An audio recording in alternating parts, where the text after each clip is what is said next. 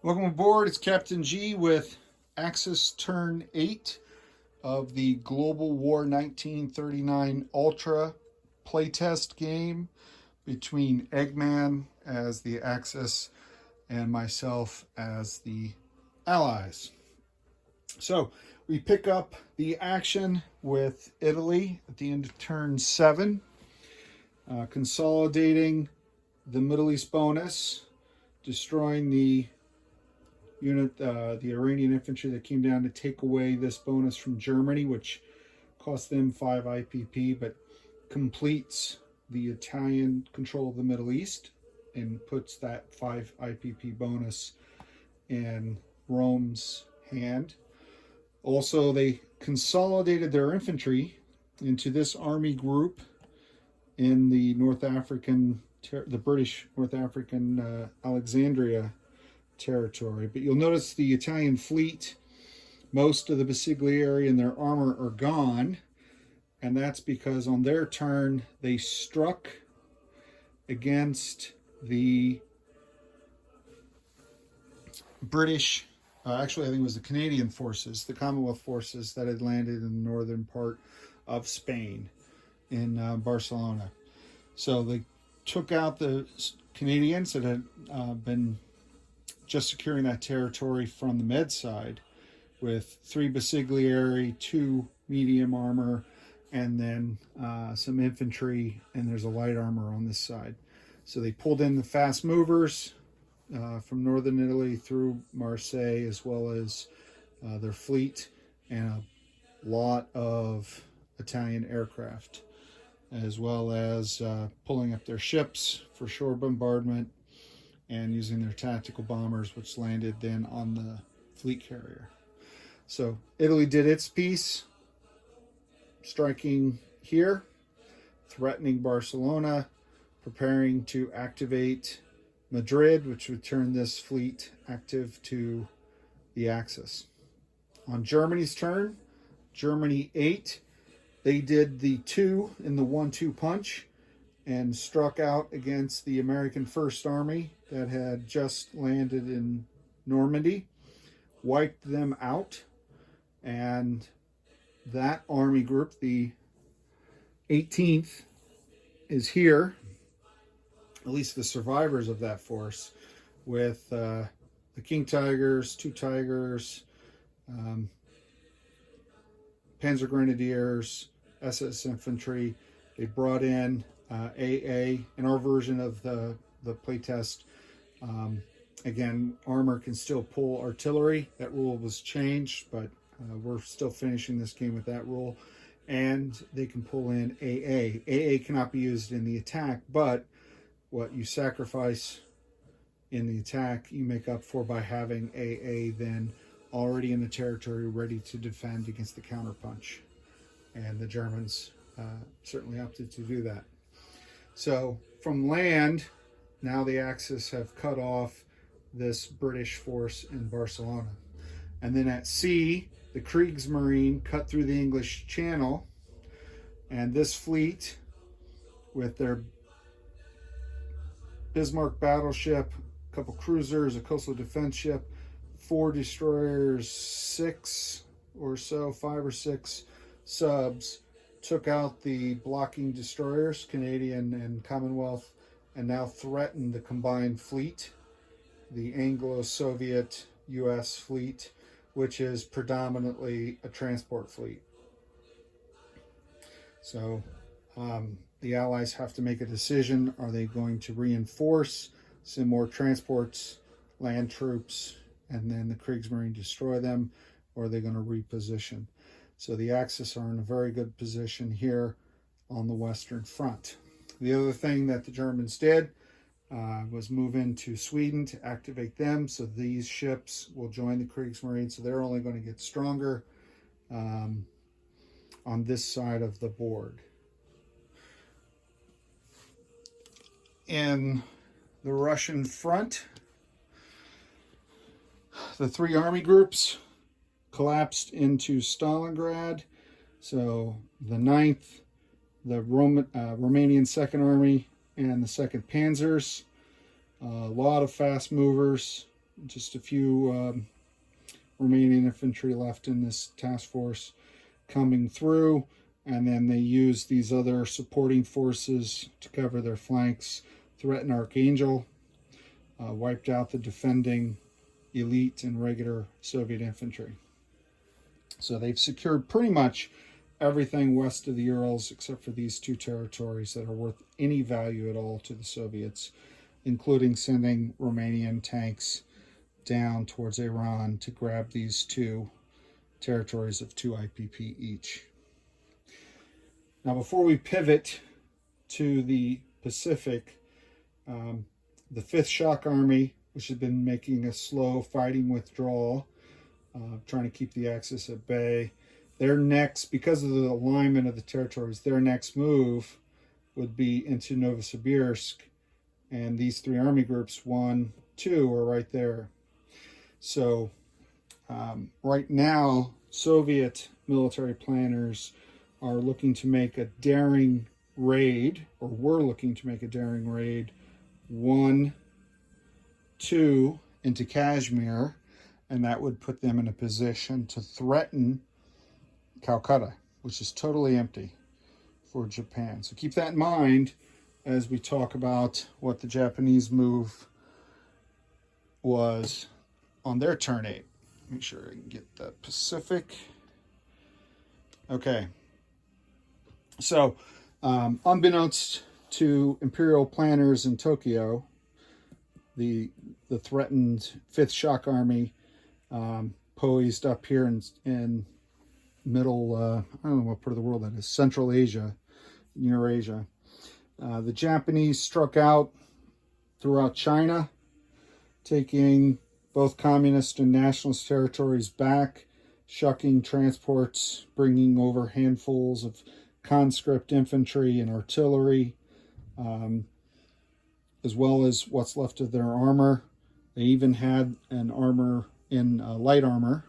light tank in Bombay come up to Kashmir, not with the intent at all of blocking the 5th Shock Army, but encircling and taking out the rest of the KMT territories. The move for the 5th Shock Army is still open because this is open. But Japan took these Chinese territories on the mainland, and this amphibious force that the Allies were watching did not move. Instead, the South African expedition returned using the port that was available. They had started to move up.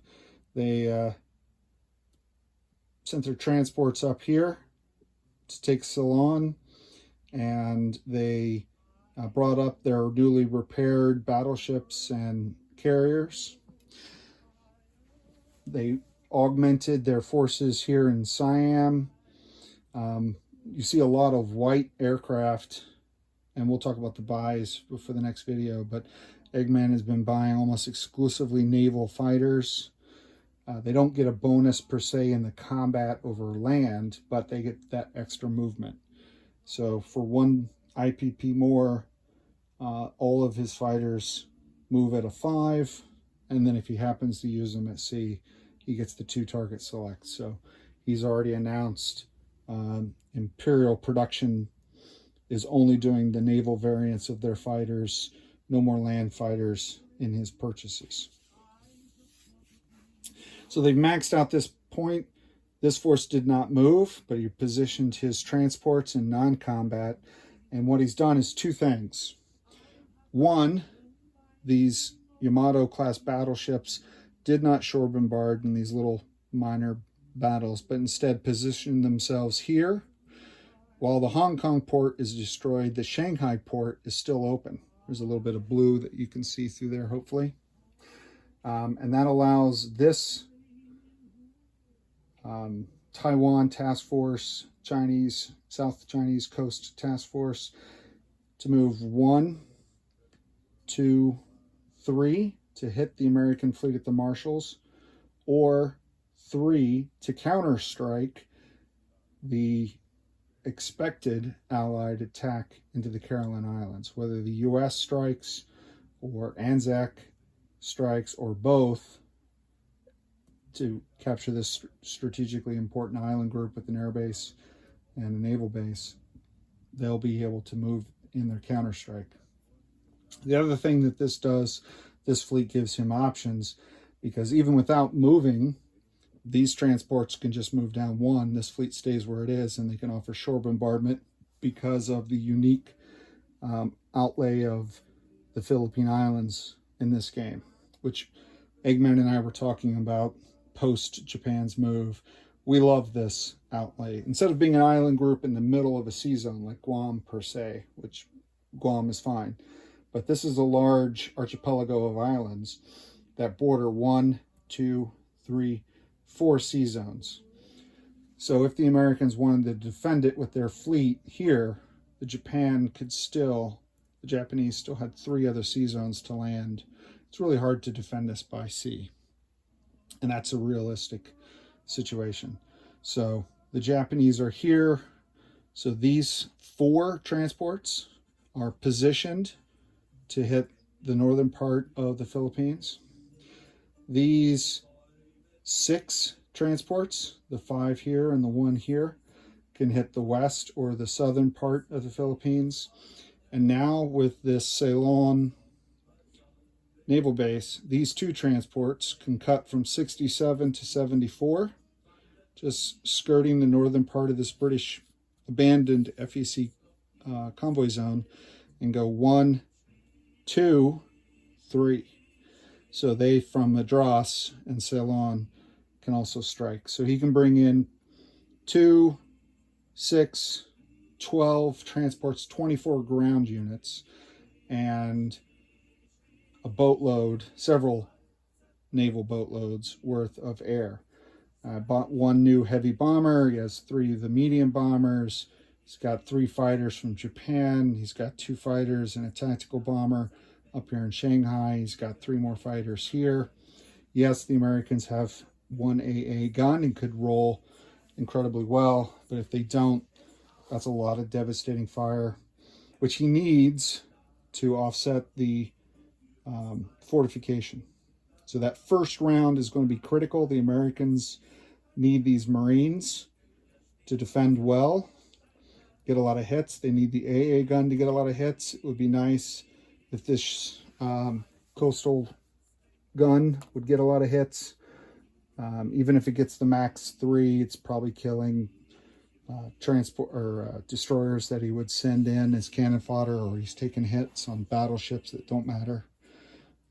So Philippines is likely, based on Allied assessment, going to fall next turn, which makes this 5th Shock Army move to threaten Calcutta even more critical.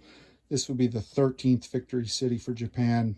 So even if the Soviets were able to liberate Calcutta, the Axis still would possess 12 at the end of turn 9.